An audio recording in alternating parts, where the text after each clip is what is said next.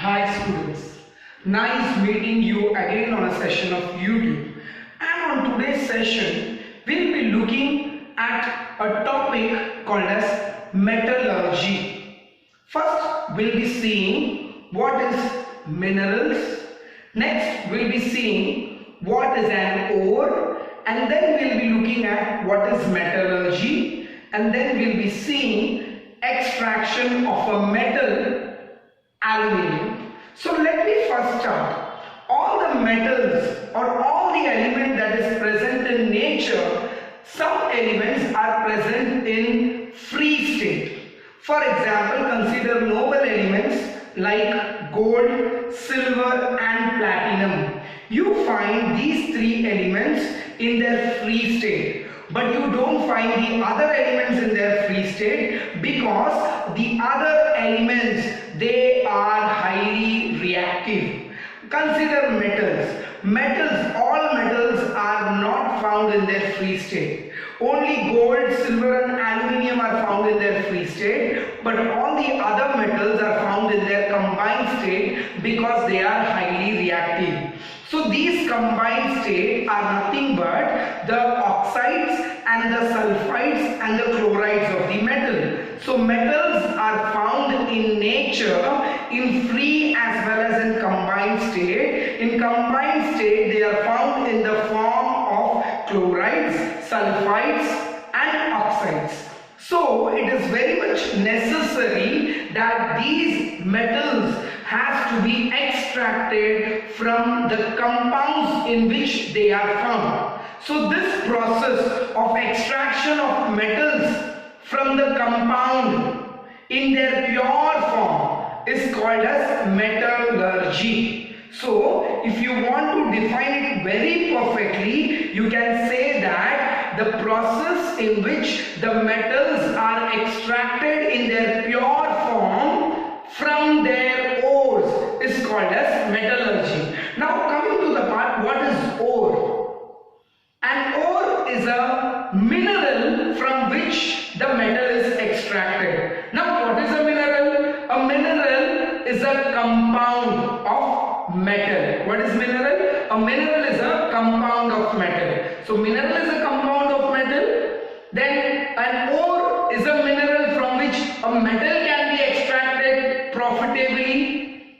And then the process in which the metals are extracted in their pure form from their ore is called as metallurgy. Now we will be looking at the elements with high reactivity. Sodium, potassium, magnesium and aluminium are certain elements which are highly reactive. You can find these elements in form of their chlorides, and to get and to extract the metals from chlorides, there is a process called as electrolytic reduction.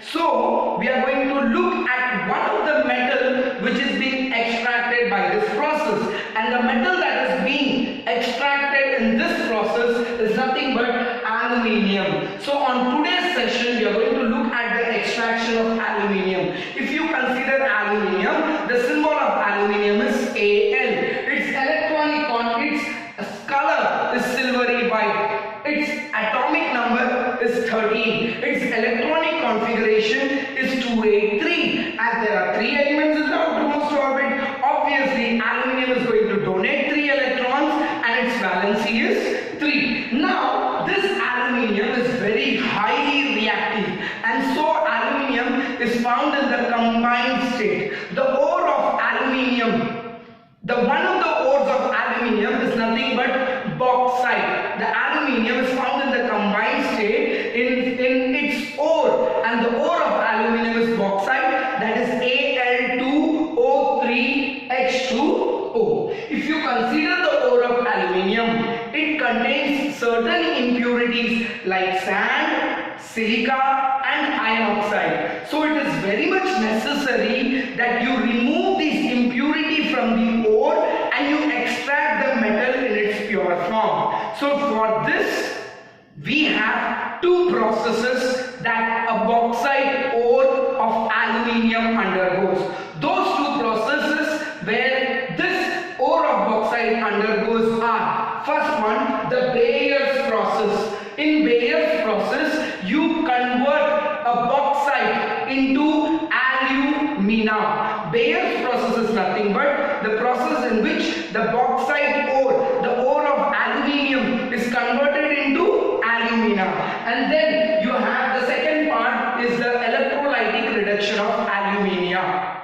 Now, in today's session, we'll be only looking at the Bayer's process. And in the next session, I will teach you the other part, that is the electrolytic reduction of alumina. So students, let's go through the Bayer's process. Now, what is Bayer's process and what exactly happens in Bayer's process? I told you that Bayer's process is a process in which the bauxite ore is converted into alumina. That means our main aim is to convert bauxite into alumina. Bauxite is nothing but Al2O3H2O, and along with bauxite you have impurities also. Silica SiO2, iron oxide Fe2O3. So removing all these impurities, I need to convert the bauxite ore into alumina. And for that we use the Bayer's process. So in this Bayer's process, certain impurities like iron oxide, silica is removed.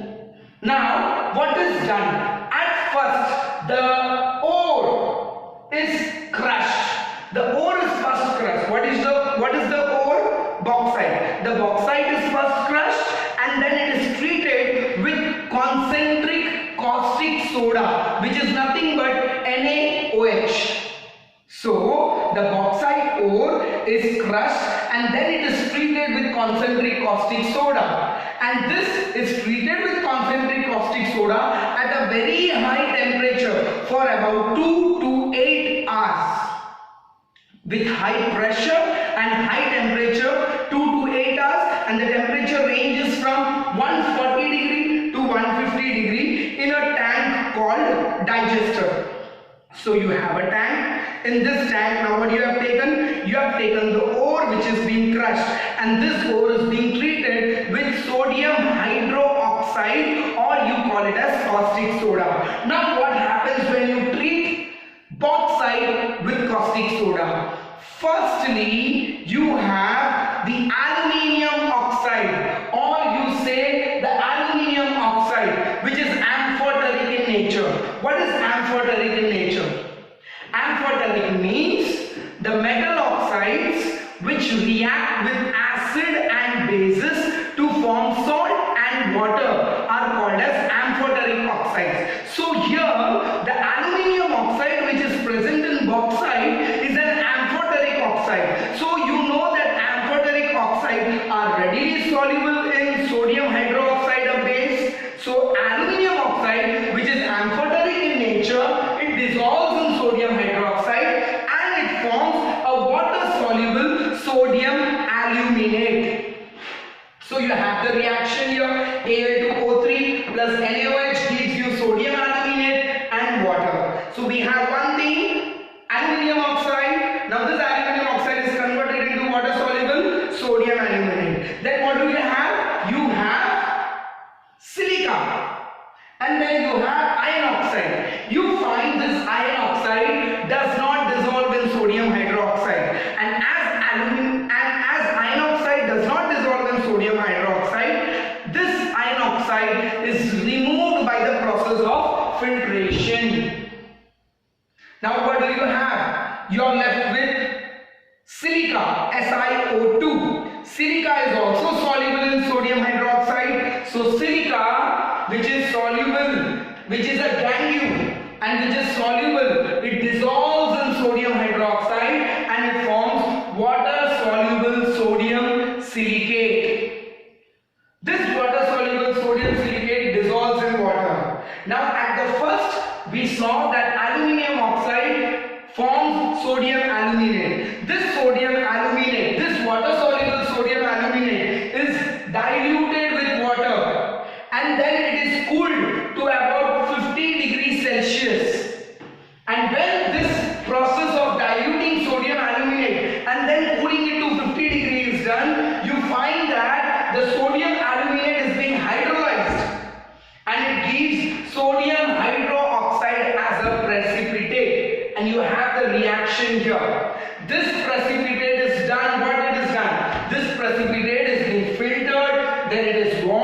then it is dried, then it is ignited to about 1000 degrees Celsius to get alumina. Now if you consider alumina, the formula for alumina is Al2O3, and the next step is electrolytic reduction of alumina. And you know that reduction is a process where oxygen is being removed. So Al2O3 में का oxygen को अगर तुमने remove किया, if you remove the oxygen from alumina, that means you are reducing alumina to aluminium, and that is why the second step of the extraction of alumina is given to you as electrolytic reduction of alumina, and this we'll be looking in the next session. Hope you all might be waiting for it very soon. Bye. Have a nice